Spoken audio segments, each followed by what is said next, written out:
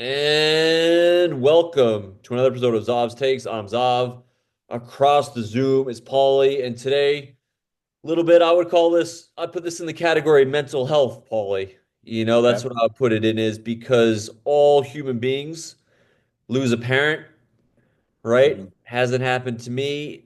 It's happened to you. And with you, it's even, well, I shouldn't, I mean, it's no matter what the situation, but you and your dad were like buddies, hmm just like two peas in a pod, as they Yeah. was, especially when Darian and Joy went off to school and it was a lot of hours, just the two of you. So my first question is, and of course we want to at the end get to the answer is what advice you have for people going through the loss of a parent. So before we get to that last question, I want to know when it first hit you. How did you hear the news, and what was your initial reaction about your dad's death? Um, well, when he passed away, it was on around midnight. I saw him that night actually. I was the last one of the family to see him alive before he passed. Um, at that point, he already my father had cancer and it was already stage 4 when he found out. So the last night he was at a point where I was even praying for the Lord to, there were times when I prayed for God to just take him away, because he was going through so much pain and suffering. He had this wound that was not treated well at the hospital, and so he died in pain.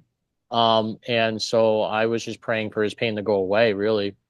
And I remember um, I felt I had a weird feeling that night. I felt like this might be the last time I'm going to see him.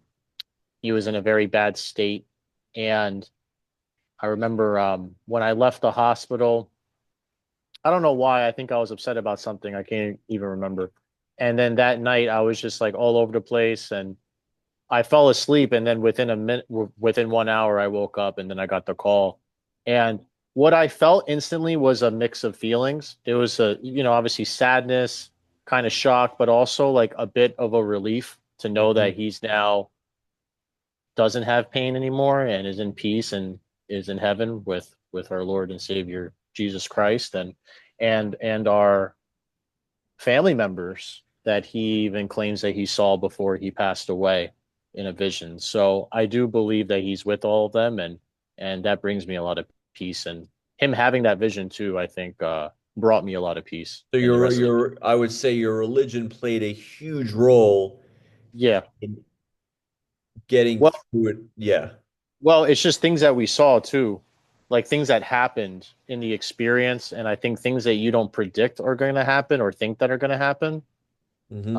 I think you might experience the supernatural when someone is crossing over, um, and just be ready for it. I guess that's because Yeah. it might happen. And Yeah, and today, and you're because it's been maybe 2 or 3 years. yeah. How often do you think you're a dad now, and what are those thoughts? Um, Obviously, when it first happened, I thought about it more. Um, as time went on, you have to tell yourself, like I gotta move forward. I can't think about this all the time because the thoughts would turn into feelings of sadness, and then you'd think about the good times, but you'd also think about the tough times, and the tough times would make me get upset and cry and stuff. So I can't go on my whole day, crying. So, eventually, though, um, I focused a lot on the blessing that he brought to my life. I know I take that kind of approach from C.S. Lewis. I think if you We recall went the to, play yeah, we pretty went to well. that. Yeah, The play, remember the play, and he I do said remember. instead of being angry at God, it was a grief observed, right? The play grief observed, and he said instead of being angry at God, I learned to just appreciate the gift of the years that God gave me with this person. So, um, so yeah, and so But I I thought mean, about that. in your daily, like in a typical day, do you think of him every day, every week, every couple days? Oh, no, I think I would think of him. I think of him at random times when I would probably call him and reach out to him. So Yeah. like I would talk to him a lot at night. So sometimes at night when nobody's up, he would always be up and I'd always give him a call. And I think stuff like times like that, I think about him, or like if I'm watching the Yankees, I think Mhm. about him a lot because he was a big Yankees fan. If I'm watching the Knicks, sometimes like there's times when I'm like, man, like it would have been awesome for dad to see that, like he Yeah. would have really loved this, you know? And I think about that sometimes, just moments that where I would have called him or I would have talked to him about this, you Yeah. know?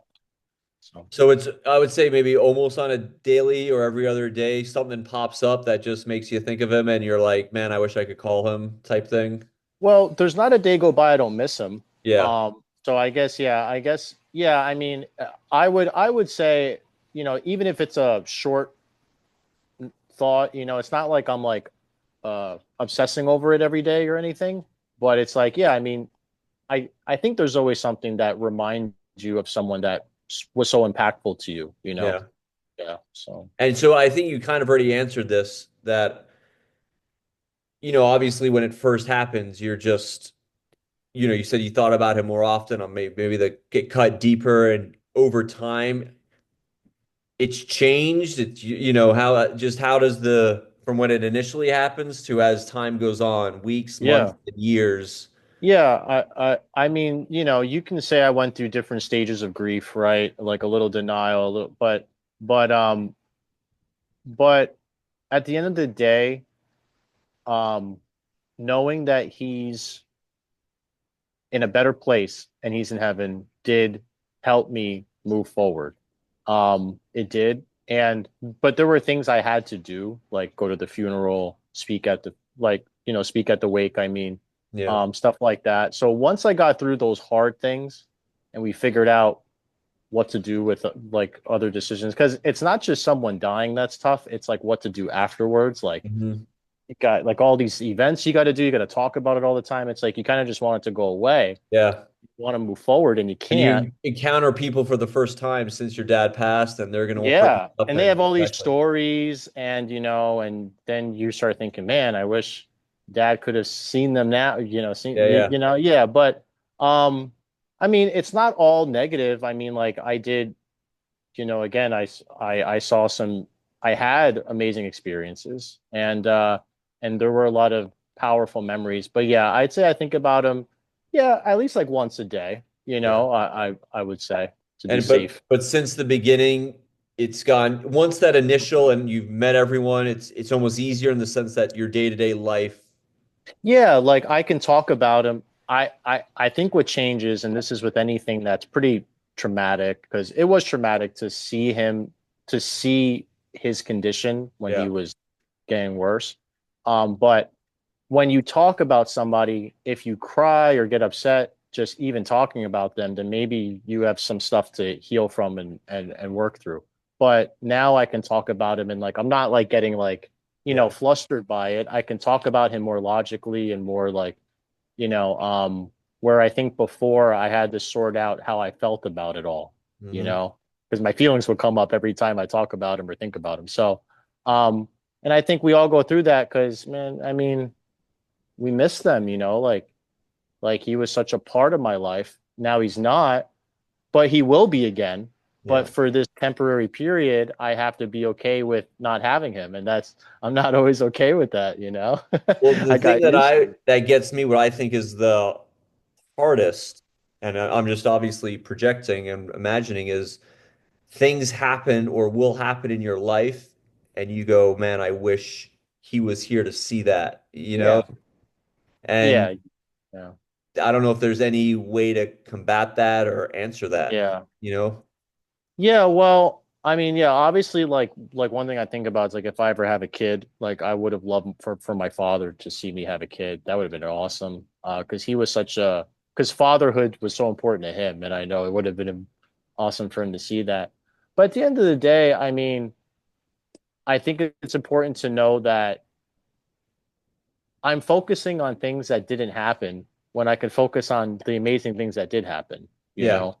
So I can think about that, but I think about, well, hey, I mean, I was blessed. I had all these years with him. I had these years to spend with him one on one so much. My childhood with him was like up and down because he worked a lot, but then I had these moments to spend time with him. So if I look at it in the whole perspective, Yeah. um, I don't. obsess or think too much about what could have been, you know. But yeah, I mean, obviously, as I told you, like when I see like the Yankees or the Knicks, or I want to share a moment with him, I'll think of him. Yeah. But then I also do believe that he sees, you know, He sees it. that he Weird. sees it. Yeah. So Yeah. it's not like, you know, we could talk about it one day. We're just Yeah. not going to talk about it now. So I have to be patient next. That's what I. And last question, Paul, and I don't know if you'd be able to this because, I feel like your religion plays a huge part, but this happens to everybody, and Yeah. especially people who some are religious, some aren't religious. What just practical, simple advice you would give someone watching maybe right now who's going Mm, through it? What would yeah. you tell them? Don't don't beat yourself up over what you didn't do or what you could have done with them. I think that's the easiest. That's usually the first gut reaction we think about is like, oh, I should have, could have, would have done this, and then we make the grieving process so much harder. We beat ourselves up. We focus it too much on ourselves, and we focus it too much on the as I said, these things that never happened. So I'd say just be kind to yourself if you're going through it. Understand that it's a difficult situation for anybody. It's probably the hardest thing in life is to go through this, is to experience and move forward after experiencing death. Um, and you're not alone, and there's groups out there, there's people out there that can help you, especially if you need to talk to someone. So that's what I would say to So it someone sounds going like through the this. biggest thing is you have your natural inclination to just, you're right. Well, I should have done this. I could have done that. We're not, but it's not about you almost just take the pressure off yourself because it's not really about you. Don't feel that grief and just be thankful for what had happened. It seems like that's your, Yeah. Don't focus on the things that could have happened. Just think about the things that you are grateful for. Um, and again, maybe this can teach you a lesson. Like, for example, if you did not spend a lot of time with this person and you didn't and you could have, maybe the next person you really care about, you spend more time with them. yeah. I mean, obviously you don't want these things to be lessons, but if they need to be, then maybe there's a purpose to it all. But yeah, so yeah, I'd All say right, just Paulie. yeah. Anyway, thanks, X. Yeah. All right. Good job. Next time, we'll do a little more sports. Yeah, for sure, for sure. Yeah. So, oh man, there's a lot going on with Holly, that game-winning shot, You know Giannis, what, and the though, Paulie? Knicks. One We quick got a thought lot to about talk about. that. You know what stood out to me? TD always brought up about the Thunder that they're not a great half-court offensive team.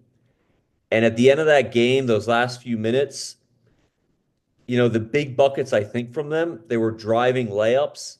Hmm. And I think that's still a hurdle they need to get over is that half court making big shots because the Pacers, can do that.